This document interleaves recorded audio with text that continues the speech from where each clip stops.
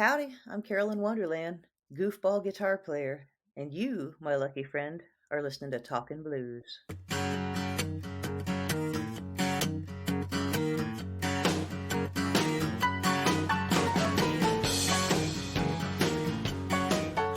I'm curious. I looked at all the interviews, or not all the interviews, but you've done a lot of interviews over the years. What do you think about when I say, okay, let's do an interview and you're getting ready for it? Do you even think about the process of this interview, or do you not think about it at all?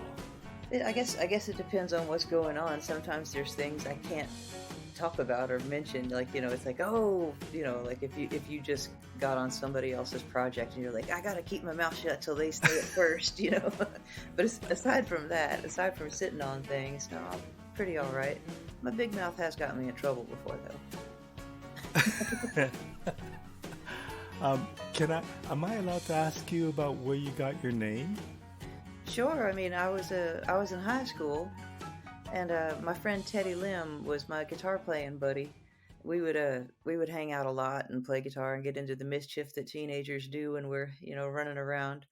And he was the guy that put headsets on my ears and a Hendrix reel to reel, just everything he had ever done, and said, take this acid, put this on your ears, and let's go.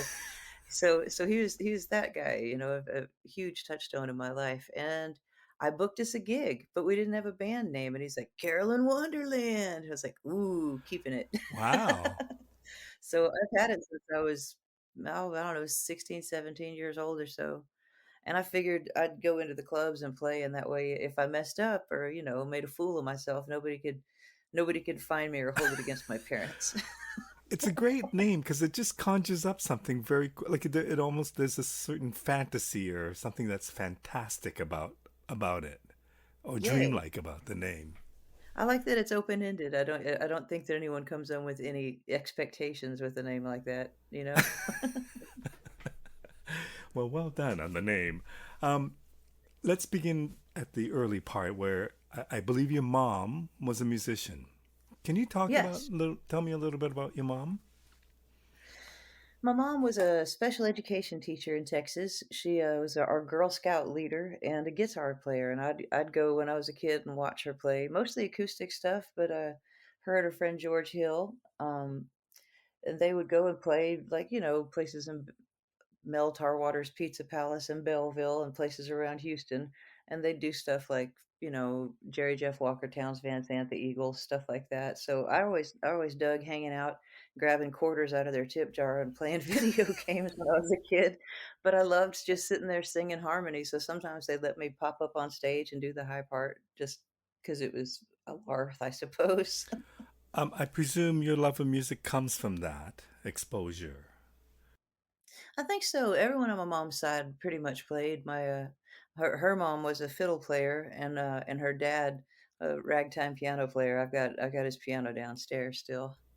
Wow. So were family gatherings like a musical party?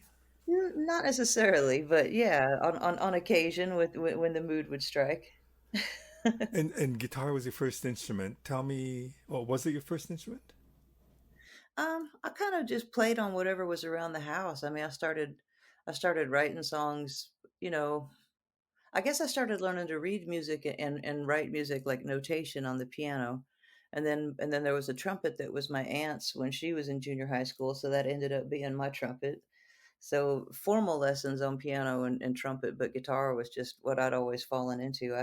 I've held my mom's guitar since I was 8, so I don't know any better. It's always funny too. Folks will ask like, "How does it feel to be a woman guitar player?" And I'm like, it's nothing to me. My first person I saw play guitar was my mom. It never struck me that it was off limits. Plus, if you look at the shape of a guitar, what is that going to hold on a dude? I argue that the guitar was built for women. um, I mean, it's a question that I don't like asking anymore because I just think it's a silly question. Because how could you know I can dig. what it's like to be a male guitar player? I know. It's like, well, back when I was a tadpole. No. But but there must be something about having your mom play and thinking, yeah, I can do that. I mean, I wonder if would that be the reason why you pursued music as a career?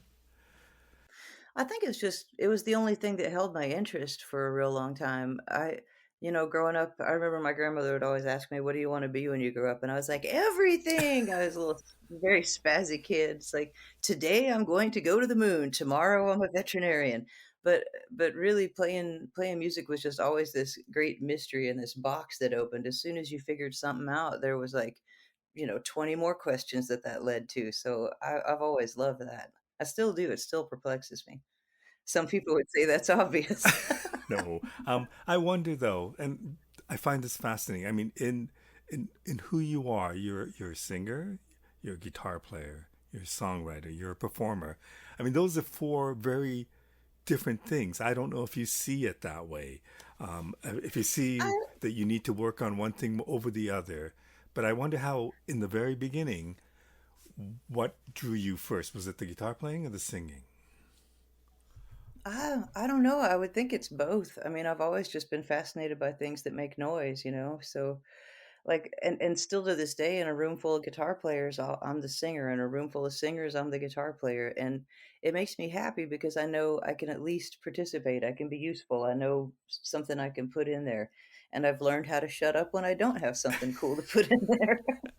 That lesson took a little longer. Where does the songwriting come in? Because that's an art in itself, and it's a difficult one. And I presume, like talking about learning something, that's another thing that I presume you constantly work at.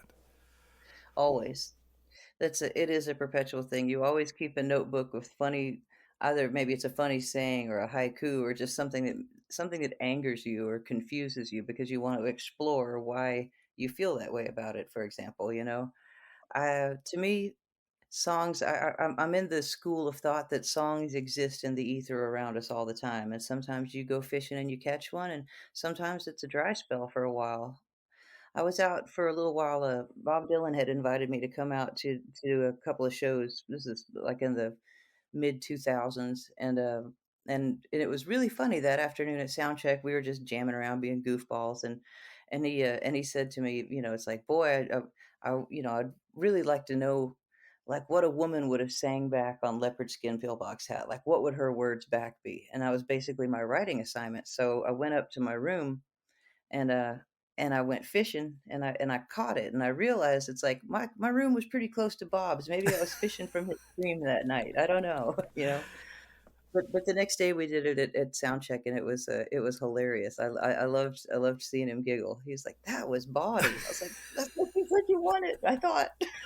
Okay, so I have to ask, how does that happen? How does Bob Dylan ask you? How do you get connected to Bob Dylan? It was the weirdest thing. I have no idea how he heard of me. I just know that I got a call, like, I wanna say, I think it was 2003 or 4. I was in Houston for Easter, and I was hanging out at my friend Pam Jam's house, and I got a call from my friend Anne-Marie Harrop. We played together in a band called Sister Ville, and she's like, "Hey, I'm here with Ray Benson," my future producer at that point, and we're backstage at Bob Dylan's show, and Bob says he wants to meet you, and I was like, "What?" Load the car, start driving to Austin as fast as you can. And I made it before the end of the show. I got to catch a couple of songs, and so I'm side stage to say hello. And this is how I met Ray Benson too. Is like, he's all 6'7". I'm all 5'2". And he's suddenly, this big arm is behind my back, and I was like, I didn't think much of it, and I got to meet Bob Dylan, say hello and thank you, and what a pleasure it is to meet you. And here's a demo CD of stuff I'm working on. And I realized that Ray's hand was behind me, and he's like, "I just wasn't sure if you were gonna faint or not, and that's like a 20-foot drop behind you." And I was like, "Wow, thank you for looking out for me." What a cool guy. So we ended up working together, me and Ray, for like 4 albums. He gave me a home at Bismo for 10 years. That was really cool. And Bob, yeah, he would just call on occasion, and, the next morning he called me. I forgot that I wrote my phone number on the demo that I gave him, and so I hung up on him. I thought it was a friend of mine pulling my leg, and he called me right back and like, are you awake?" "Yes, yes, I am now. I'm sorry." So I can't even imagine how intimidating it would be to write a song or take one of his songs and rewrite it? It was it was frightening. It was but it's also one of those things where it's like, well, he asked, so get out of your own damn way and do it. See what comes of it. I mean, worst case scenario, he'll laugh and that's it. Best case scenario, he laughed and that's it. I mean, either way you go, it's cool. Is it easy to become comfortable? Because I know that there's a connection between musicians. So if he, you meet him and he's a fellow musician, and even though he might be one of the greatest songwriters and one of the great folk singers of his time, do you become comfortable with him really quickly?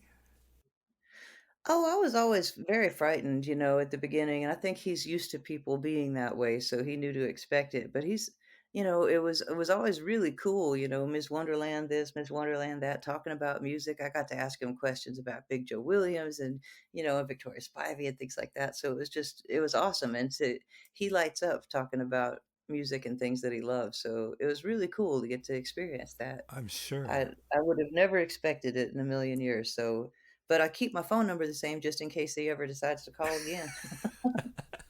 So tell me, at what point did you decide that this is what you wanted to pursue?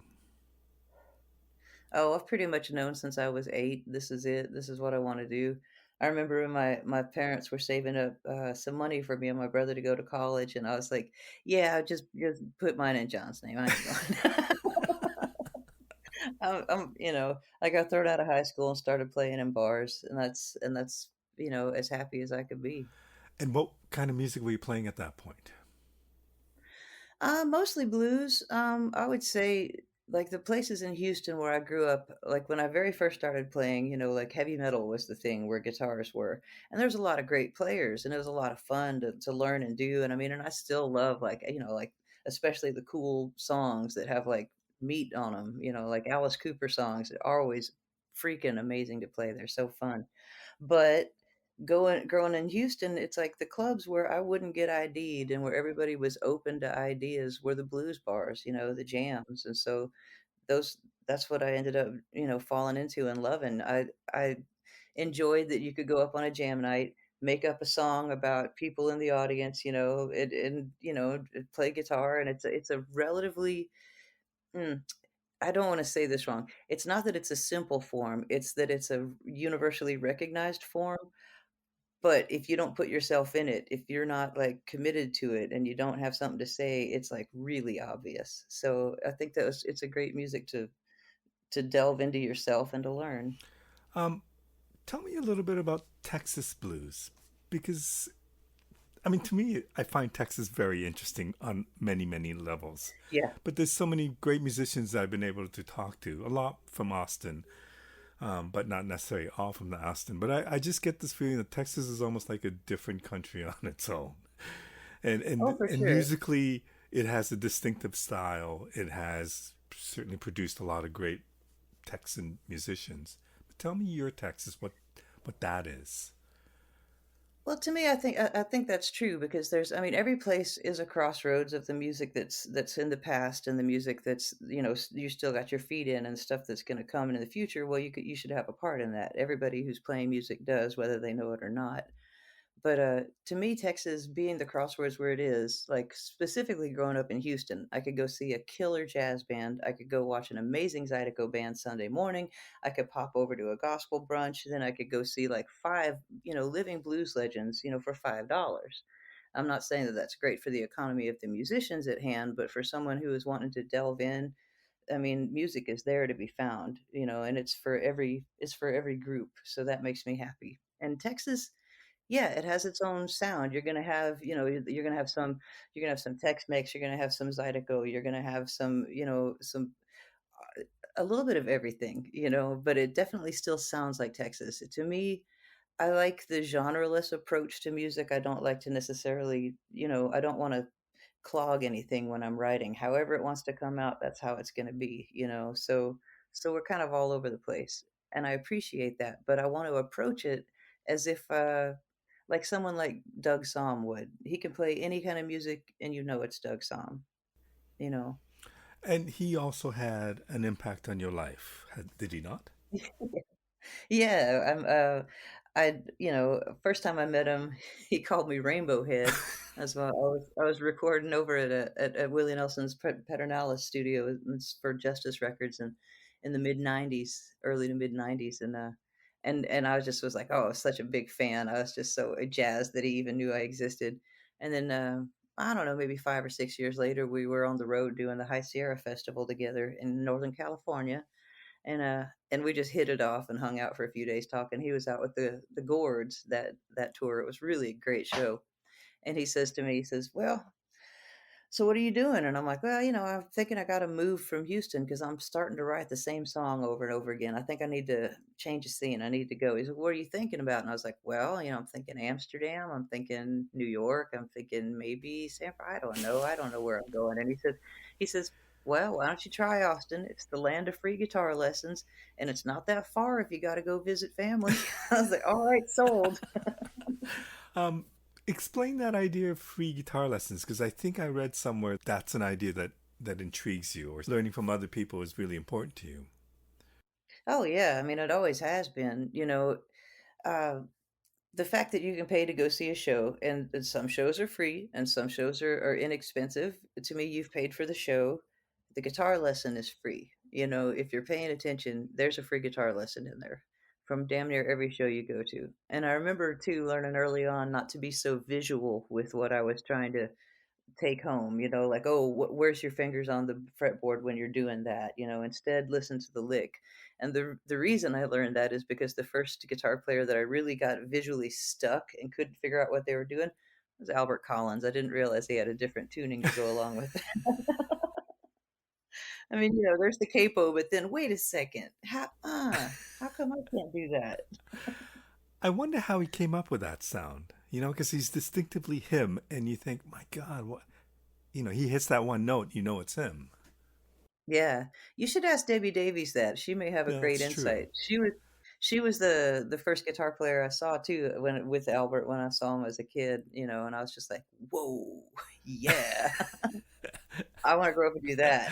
Okay, so I mean, there's a big difference between songwriter, guitar player, singer. Once again, um, Yeah. I know you focus on all, and it's all part of who you are. But when you see a guitar player like that, and you say, "I want to be like that," how do you go about doing that? How do you go about becoming the guitar player that you are? Well, at first it seems, and I might be wrong, but it seems to me at first that you carry your influences a little bit on your sleeve, and then as you get into it and you go back to where their influences were, and you see what's around you, and you find other things, like it's like, oh, like watching a guitar player get turned on to Django the first time is just such a what, eye opening thing. Same with Wes Montgomery, or Charlie Christian or Jimi Hendrix or any of that. The first time you hear Hubert Sumlin, did that not, like, set your hair on fire? So to me, it's like, yeah, you hear that and you realize after a while that it's like they have their own voice. You gotta find your own voice. How do you do that? You keep going until it's genuine. You know it. It resonates in you. I mean, I think about that, like, listening to some of my early records, and I'm like my vocals, like, I had no training. I took up singing because our singer chickened out on the first gig, So learning on the job was pretty tricky, but I'm glad I did it. It was faster, but I probably could have benefited from some schooling early on, and instead I hear myself trying to find what my voice is gonna be. And I think I've settled on it, but who knows? 5 years from now, I might look back and go, "Oh, what was I thinking? This is what I should have been doing." But yeah, but it wouldn't that wouldn't make total sense though, would it not? Because you're always searching, and if you just stayed at one place, then you wouldn't be growing. Yeah, it seems like that'd be pretty boring. As a You know, guitar player, how do you get better? How do you consciously become better at what you do? you play more. The more you play, the less you suck, and it's just true.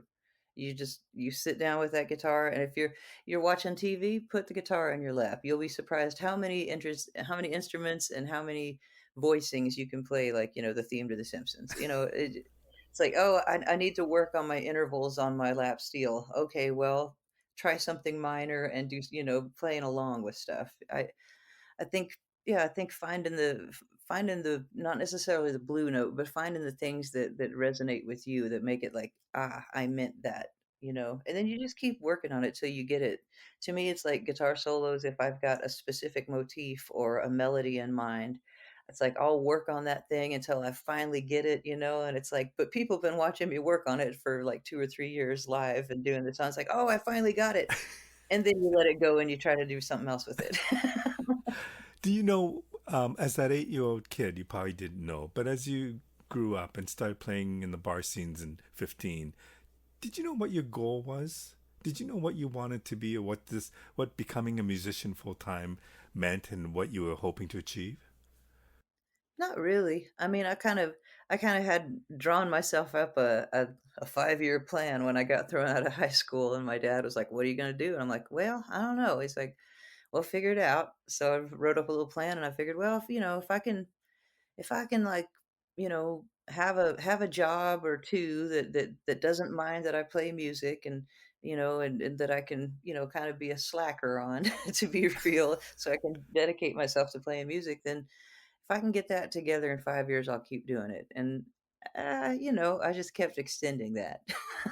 But it surprises me to me that you're one of the few musicians who actually had a 5-year plan at any point in their career. Like, not most musicians don't seem to have that plan. They might have a dream, Well but not a 5-year plan. well, it's just I mean, to me, at that point, the 5-year plan was like, get a job better than working at Walgreens and, you know, and make sure that you can pay your rent so that you can support your music habit, and that's what it was. I couldn't figure not playing. It just didn't seem right. If it was for free, then I'd figure that out. But fortunately, people do support when they can. So I've been okay. Okay, and then at one point or another, you spent like 2 years on the road. Well, no, I've been on the road since '99 at least. No, shoot, '94. But I lived in my van for a couple of years because I had lost my Right. lease, and yeah, it's a long, sad story. My poor landlord, man, she had some difficulties and cashed a bunch of checks of mine that she had lost over the years. And so I had 0 money in my accounts. I'm on the road. I need to put fuel in my van, and what's going on? Everything was cash. I got home, had 2 weeks to get out, and I figured, like most people do in that situation, you're like, "Oh, I'll put my stuff in storage. I'll find a place in, like, 3 or 6 months or something." And once you're homeless, it is, really difficult to get back, to get back into being housed. So, yeah, I ended up staying in my van for 2 years and, then found a roommate in my friend Andrea who helped me to, be in a place with running water again. That's a lovely thought, a roof over your head. That's also why I mean, I feel it's so important. I volunteer with this group called homeaustin.org, and we raise money so that, like, musicians 55 and older in the Austin area, we help with housing. We make sure that, if your mortgage, we try to make sure your mortgage, your rent, whatever it is to keep you housed, because if we can keep you out of the system, it's gonna benefit you greatly. Because once you're in there, it's real hard to get out. But I got the impression, maybe I'm wrong, during those 2 years, you were quite busy. I mean, part of the reason Oh, yeah. was that you were on the road for so much. Yeah, I mean, necessity dictated that. It's like, did I want to shower? Did I want to, otherwise I'd be, in my van, parked somewhere, sometimes at someone's place for a couple of days. Didn't want to overstay my welcome. If you get a hotel room, I'd check in early and check out late so you can get 2 showers out of that thing. But these are life skills that I don't necessarily think everyone has to live to know. But it does make it does bring it to the forefront once you've had to experience it for a while. I'm sure. I wonder what you learned from that experience. There's a lot. I mean, there's still a lot that you learn from it when you think about it. How to be safe, is a big part of it. I'll also say that, you'll notice folks who've been in homeless, situations for a while almost always seem to have a companion, a pet, an animal, and it's because they will find you. And at first, I just laughed at myself. I was like, "Oh, great. Yeah, of course. Here I am living in a van." and this dog who needs more help than I this puppy, it's never gonna make it. Took it to the vet, got her fixed. Her name was Bessie May Mucho, my puppy dog, and, she would be so helpful to me in that situation because, the sun is up, there's a dog who's on your lap pressing on your bladder because she's gotta pee. It's like, "Oh, guess I do too. Oh, you know what? That dog needs to eat. I guess I do too." There comes a time where taking care of something outside of yourself will help you to take care of yourself as well and not be so lost in the depression that inevitably follows that situation. How did that affect your music or you as a I don't musician? I don't know. It made me do everything I could on the limited resources and the limited equipment I had, I mean, I'd pawned a bunch of stuff, so I had I just had my telly, I think, my mom had her Strat and her guitar still at her house. I would never, But, but my own stuff, yeah, got, pawned a few amps, pawned a few guitars. Now I think I didn't take the lesson well. I think I went the opposite. I'm a freaking guitar and amp hoarder. I've really got to get a handle on this. Do you know how many guitars is the perfect amount to have? I have no idea. And you have to explain to me.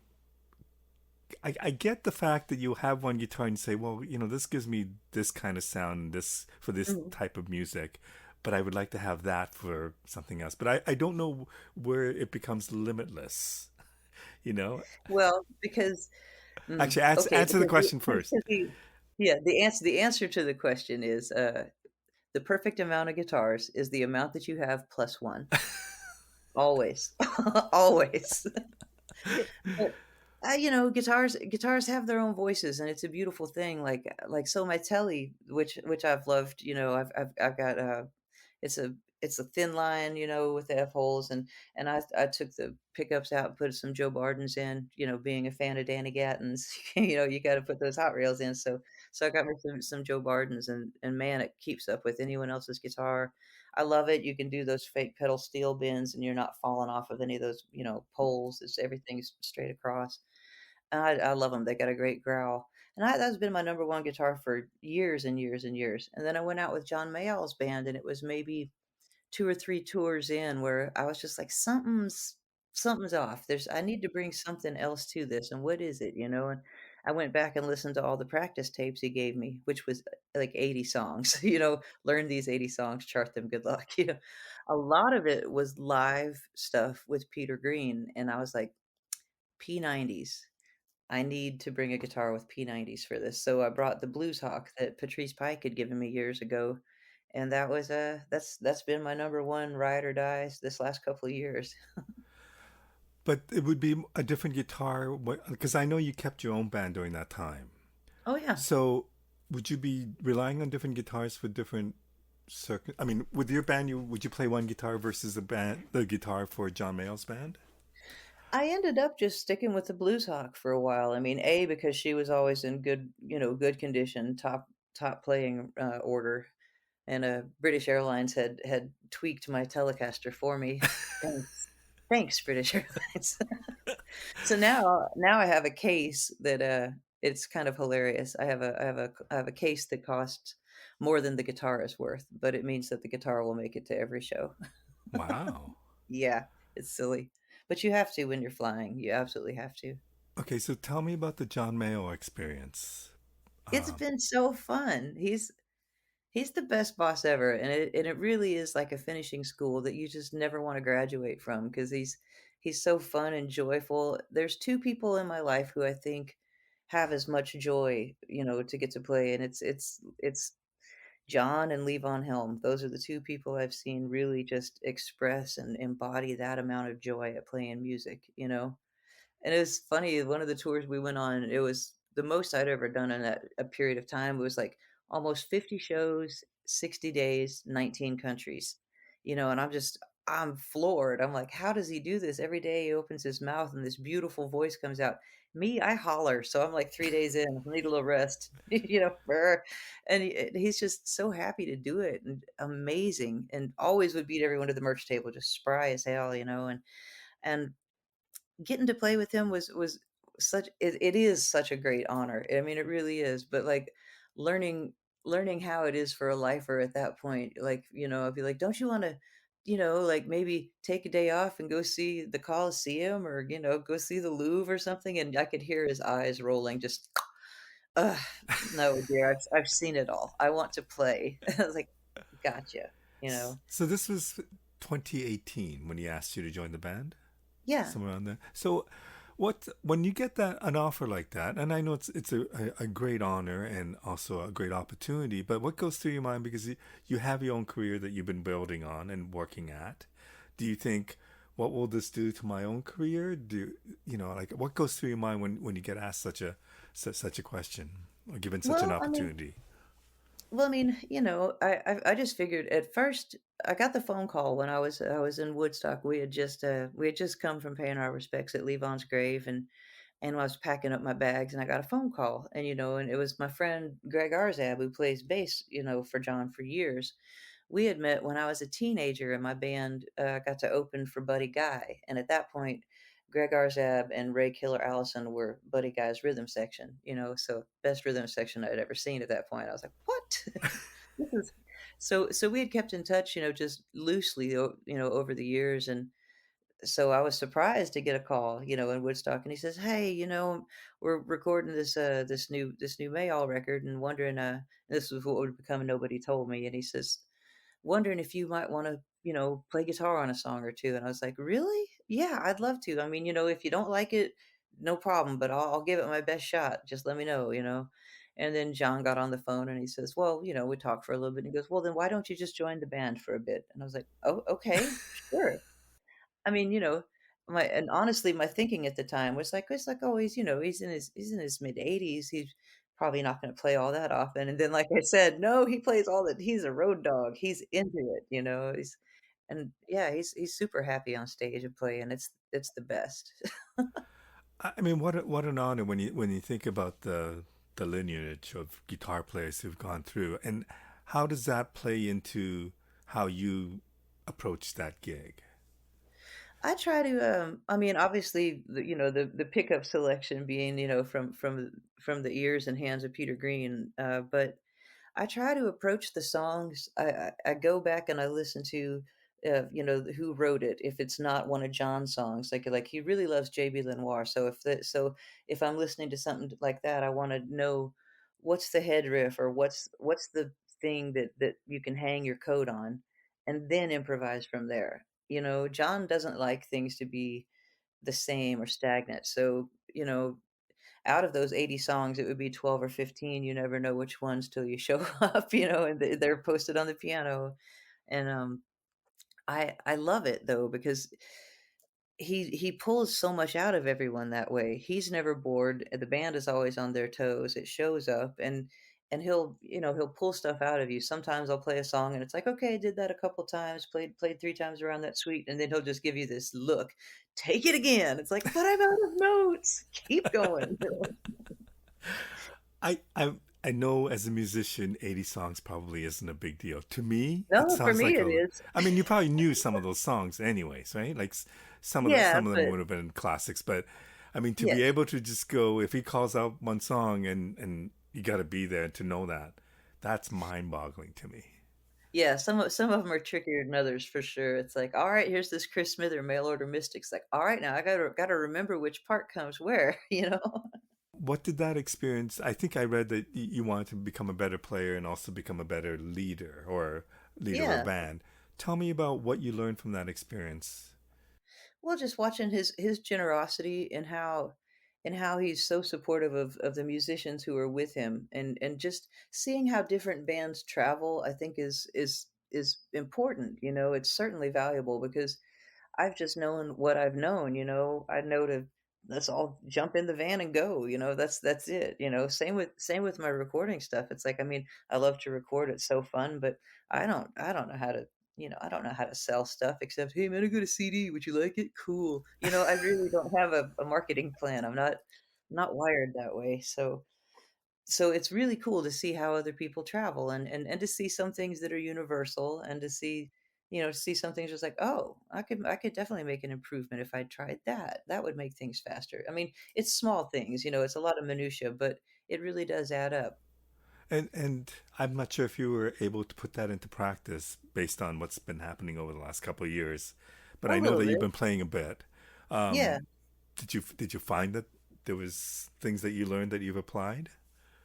Yeah, I would hope so. I mean, there's a bit. I don't know if anyone else notices, but yeah, I think so.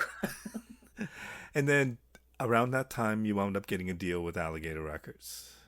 Wasn't that the most amazing thing? So so that all started again, oddly enough, in Woodstock. I love that place. There's something magical about it. But I was hanging out with my friend Cindy Cashdollar at her place, and she knew that I've been out with John for a while, and I had these songs, and she knew that I didn't have a label anymore, and like, what was I gonna do? She's like, "What are you gonna do?" I was like, "Well, I wanna make a record, so I'm thinking about, getting the songs together, I'm kinda seeing when she might be available, I can kidnap her to come play," and she says, "Well, who are you gonna have produce it?" And I thought about it for a minute, I was like, in a perfect world, I mean, I'd ask Dave Alvin. I mean, I think he, gets it, especially the genreless approach and always sounding like yourself, and he's a magical guy, he really is, so I was surprised. Cindy called him right up, and he said yes. I was like, "Oh god." So then I really had to get it together, it's like, "Okay, now I really gotta get serious about this." And he came to Austin, and we recorded at my friend Stuart Sullivan's place. I had first recorded with him when I was in the Jerry Lightfoot band, at the turn of the century with, Vince Welnick and Frosty and Larry Fulcher and John X. Reed and Charlie Pritchard. It was a great band, really great band. But, I loved getting to work with Stuart, so the opportunity to do it again was amazing. Dave flew in. We had a real good time, got Marsha Ball and Shelley King and Red Young and Jimmy Dale Gilmore came and sang, and Jan Fleming played some accordion, and me and Kevin Lance and Bobby Perkins, we just had a ball. And then Cindy Cash Dollar was in town, so she played too.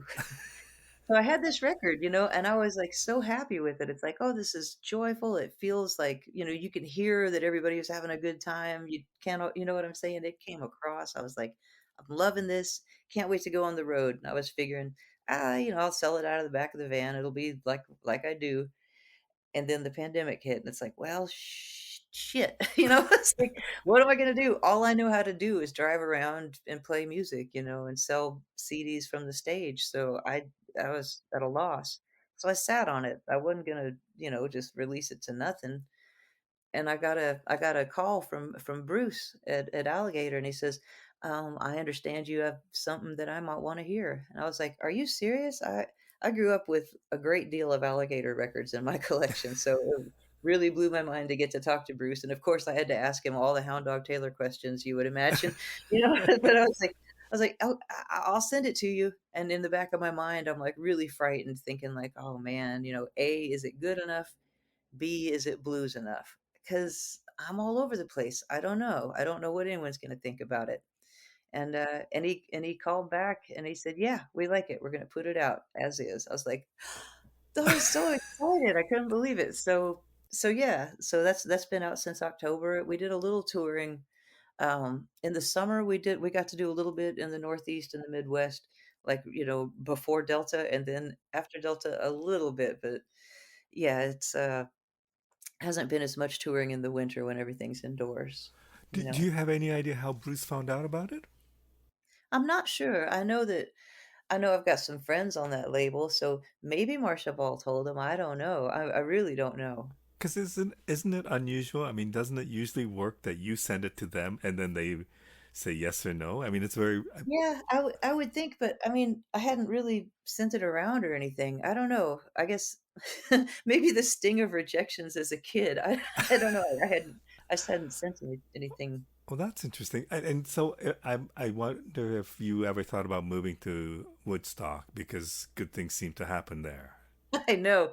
It is a magical place, but I have a magical place here too, I gotta say. Austin, still a great place, man, full of beautiful people, and I feel like there's a lot of work to be done here. I know some would note, for example, that it's like, "Okay, Texas, our politics sucks, but the music's great."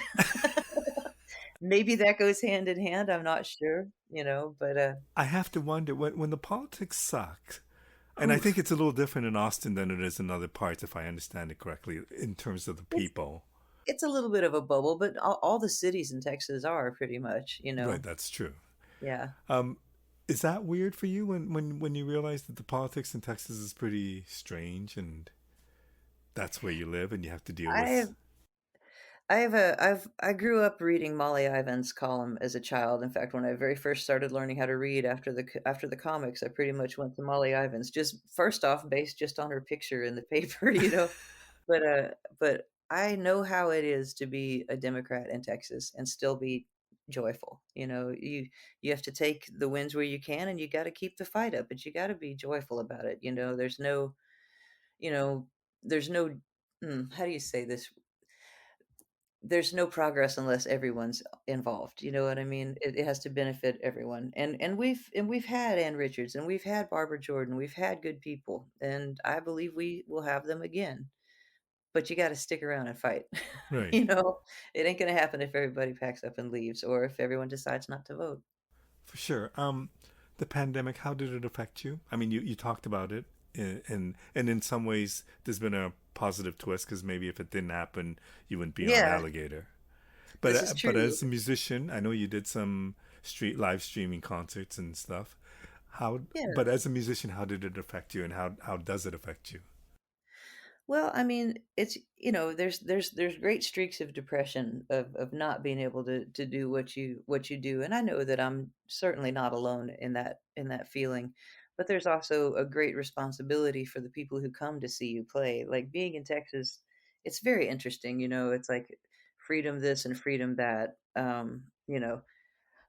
But try smoking a joint and see how that goes.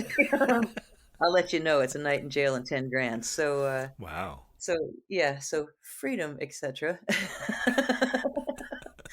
But the arguments that keep people down, but also are so non-beneficial, like, for example, with the pandemic, we cannot in Texas, require vaccinations or masks for club shows because they threatened the club's liquor licenses if we do that. So I haven't been playing very much. I'm going to be doing a show in a couple of weeks indoors. I'm nervous. I might sing with a mask on. I don't know. I did a memorial service with my friend Shelley King the other day, and it was a giant barn like situation, but still indoors. So windows open, masks on. It's crazy what this pandemic has revealed, Yes, and just the division in people, in thoughts, in philosophies, whatever, and it's it's difficult. mind-boggling. It's difficult too to watch people, jump so quickly to these camps and like just have such a hatred for each other. And it's like, hey, you know who the bad guy is? The damn virus. Yeah. Come on.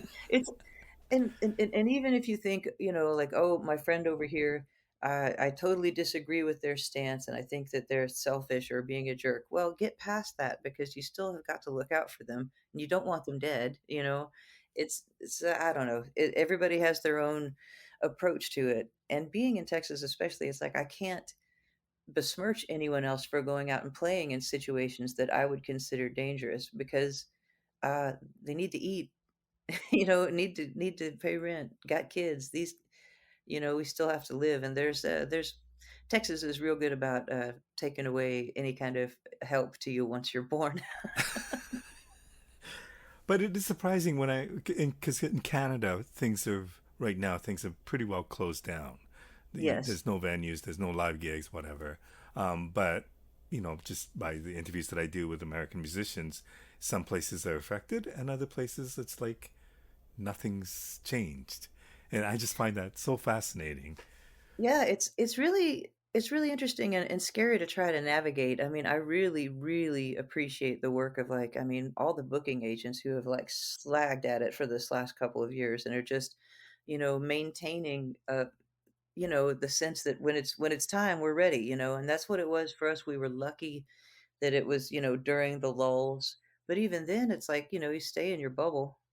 You don't go to the merch table and say hello to people anymore, and it bums me out. I'm definitely a hugger, when it comes to like folks I hadn't seen in a while. Also, I wonder if, the days of passing a joint around in the alley are ever going to come back. It's like I've tested this theory, but what I did was I brought pinners and just broke them in half. "You take that half and don't pass it around." Pretty much, you know? At least you had a plan. Yeah, I was like, "Well, I'm gonna do it, and I don't wanna be rude. Here." So you talked about having a 5-year plan and extending it. Do you have, and I know the world has changed, but at this point, do you have, looking forward, a plan, a goal? Um, Well, not after living in my van for those couple years, I learned to at least have 6 months out, and I try to have that cushion be a year. This last couple of years, it was, I pretty well depleted stuff. I still have some things I can pawn, but looking forward to getting back on the road, being smart about it. I think some of the lessons from the pandemic are not lost on me, and I know, trying to raise money to pay a band is difficult, and it's going to remain that way for a while. But I got to make sure I can do it. So my plan is to hold on to as much of my stuff as I can without pawning it in case some other disaster comes, and and just make it to the gig. That's all I hope for. I hope there's another gig to make it to. well, I mean, I think all signs indicate that things should get better in a little while. Yeah, And you have a great album. I don't know how it's affected because you released it in October and things have just changed in the last few months. yeah. But it's still a great album. Hopefully, Well, when thanks. people get out, when you get out there and play it, people will support it. So, thank you so much for doing this. It's a real honor meeting you, and I know you came to Toronto a number of years ago. I didn't get Yeah. a chance to see you, but I know a friend of mine went and he loved it. And you're somebody I've always wanted to meet, and I appreciate this opportunity. Well, I hope we get to come see you. I hope everybody gets their act together, that virus goes the hell away, and we can go play music and hang out. Because when that moment comes, I don't know if people are going to be as reserved as we seem now, or if it's going to be like French kissing strangers on the street. But but I'm kind of hoping for the latter. And passing joints. Yeah, man. Carolyn, thank you so much. Thank you.